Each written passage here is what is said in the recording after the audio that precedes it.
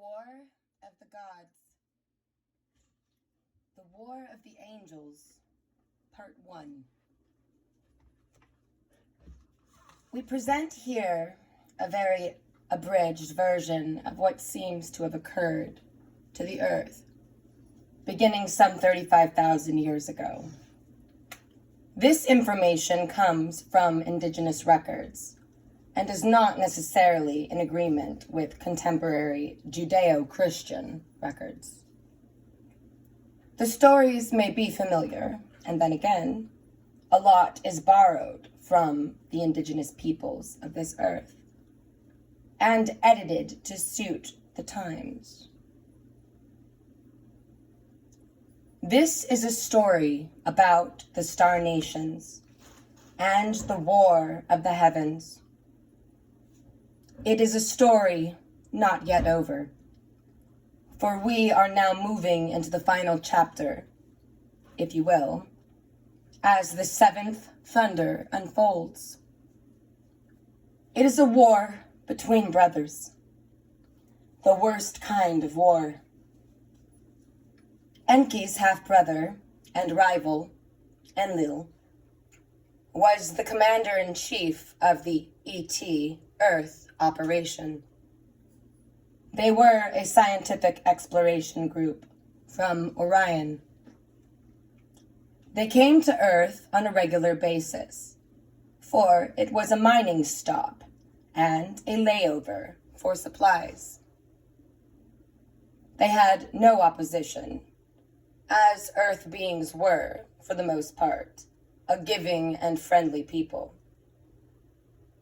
There were some who opposed the visits from the gods, but the technical superiority of the lords of the heavens was no match for anything being generated on Earth.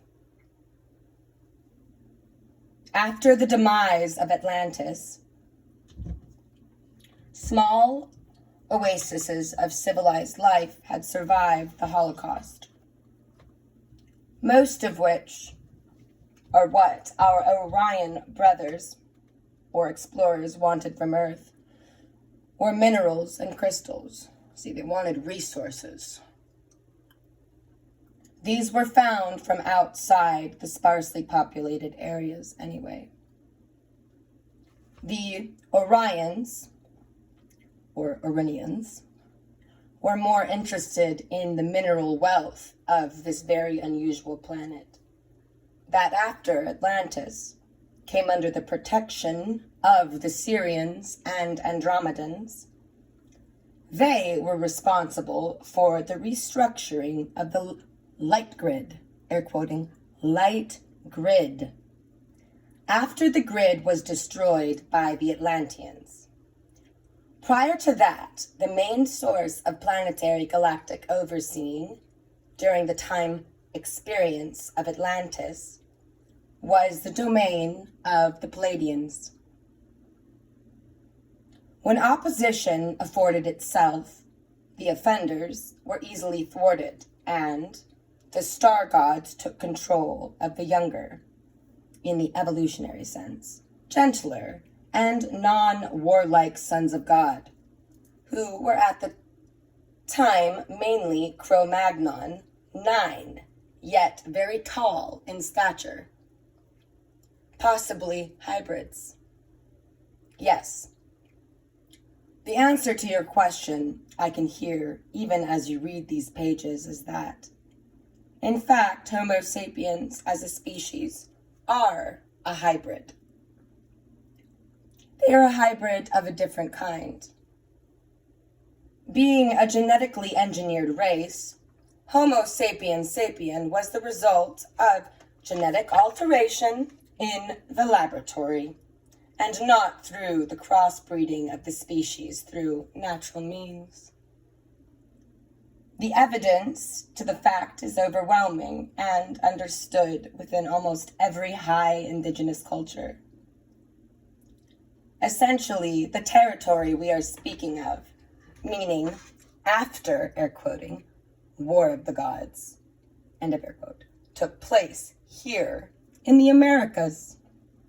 is the land remaining under the influence of the Draconian or Enlilian forces.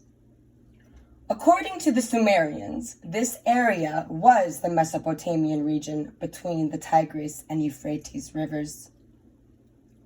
This was the condition, so to speak, after the wars of the gods and the near total annihilation occurring here, to the then civilized world. As you read on, this fact becomes very clear.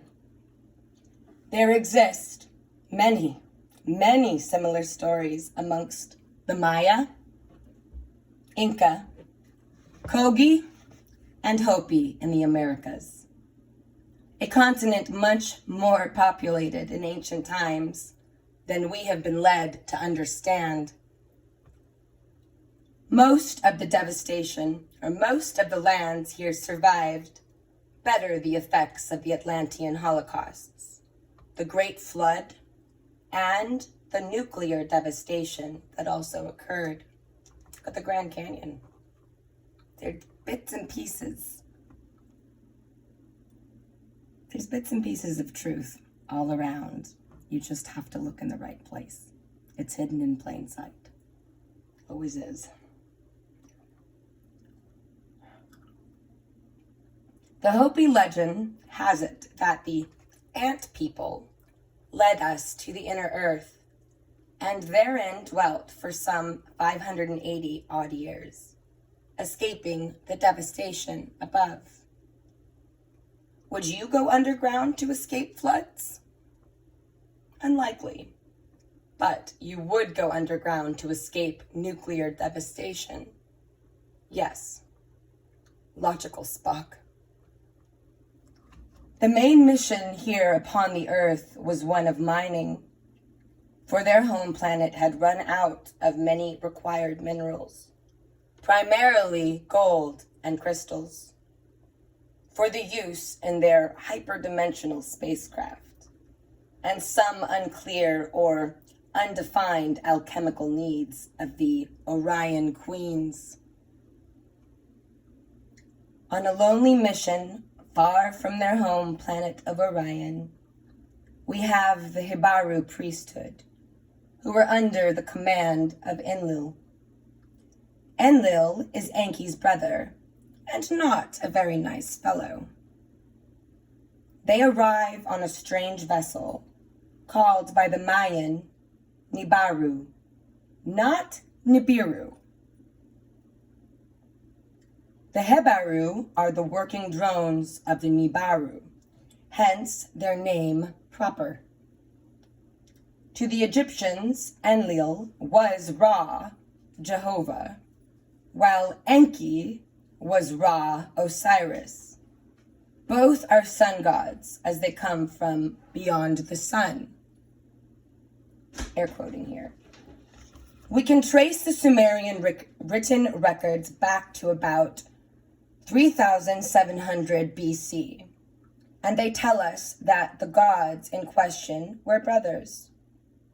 In Sumeria, the storm god who eventually became known as Jehovah was called Enlil, or, I'm gonna try here, Lukurgal, meaning ruler of the mountain, and his brother, who became Adon, the Lord, was called Enki. This name was really important to our story because Enki means archetype. This same god was to the Maya known as Chewak, the elephant god. Recently, Zecharia Sitchin has changed his original thoughts, saying that perhaps the origins of civilization might be older than we originally thought. Considerably older, perhaps even hundreds of thousands of years. So in his own words, I shall read. The text informs us that it was Enlil who brought the flood. It was Enlil who destroyed Ur and Babylon. And it was Enlil who constantly opposed the education and enlightenment of humankind. Indeed, the early Syrian texts tell us that it was Enlil who obliterated the cities of Sodom and Gomorrah on the Dead Sea, not because they were dens of wickedness, as we are taught, but because they were great centers of wisdom and learning. Sir Lawrence Gardner, Genesis of the Grail Kings. And interesting to note here is that the Mayan god, Kawak, Chak, is also referred to as the god of the storms and the water god, the god of thunder and storms. Chak, it is spelled C-A-U-A-C, storm god, controls the water and the rains. Chak is a very powerful male god who is depicted in Mayan culture as the elephant. During the reign of Kukulkan, we are told of many intermarriages between Toltec, Mayan, and the other gods from the stars, whose centers or great universities were established to accommodate the education of the children of these gods in both the Inca, air quoting, Empire of the Sun, end of air quote, such as Machu Picchu, and the Mayan Empire, such as Chichen Itza, Palenque, and Uxmal, which were all grand ancient mystery schools.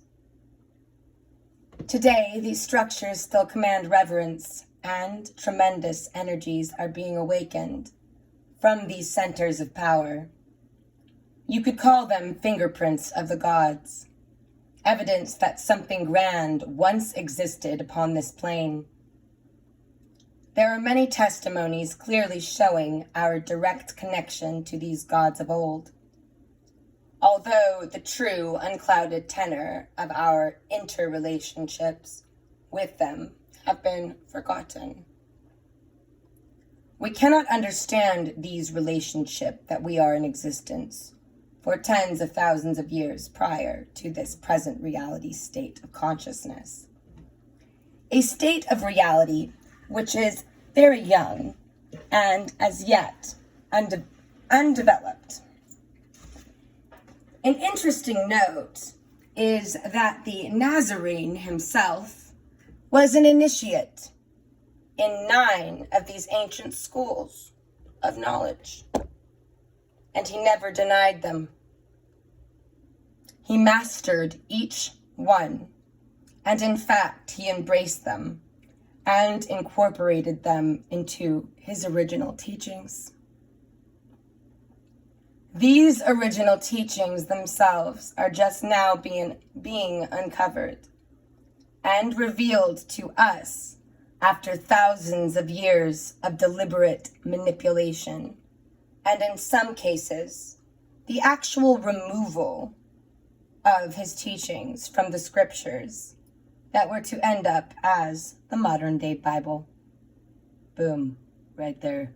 Boom, there it is. So, as you press forward, student of the light, proceed with an open mind. Let your heart be your guide, and keep in your thoughts along the way that you have not been told all there is to know, from which you now draw your conclusions and make your stand. The story of the Nazarene master is much larger than most presently perceive, or could possibly imagine. His was the greatest of dramas. He touched many souls, bringing his teachings to every corner of the globe, and presently is bringing his humanity back unto the fold of galactic realization and acceptance, even as you read these pages. Moreover, know that this is a part of the destiny that lies ahead for all of the sons and daughters of God, For this is not the only reality that is. Just ponder for a moment this piece that was found in the late 1970s in a deep cave in what is today Bolivia. Google Bolivian pyramids. Just chiming in. You should, if you want. Yeah. And explain the existence of this artifact, which is thousands of years old, found residing in a geographical area where history tells us it cannot possibly be. There's a lot of that going around. There is much more, much, much more. So, are you inclined to take a field trip with me?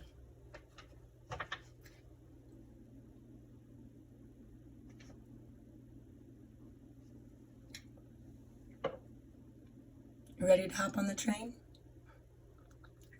Stay woke and let your heart guide the way. Aho.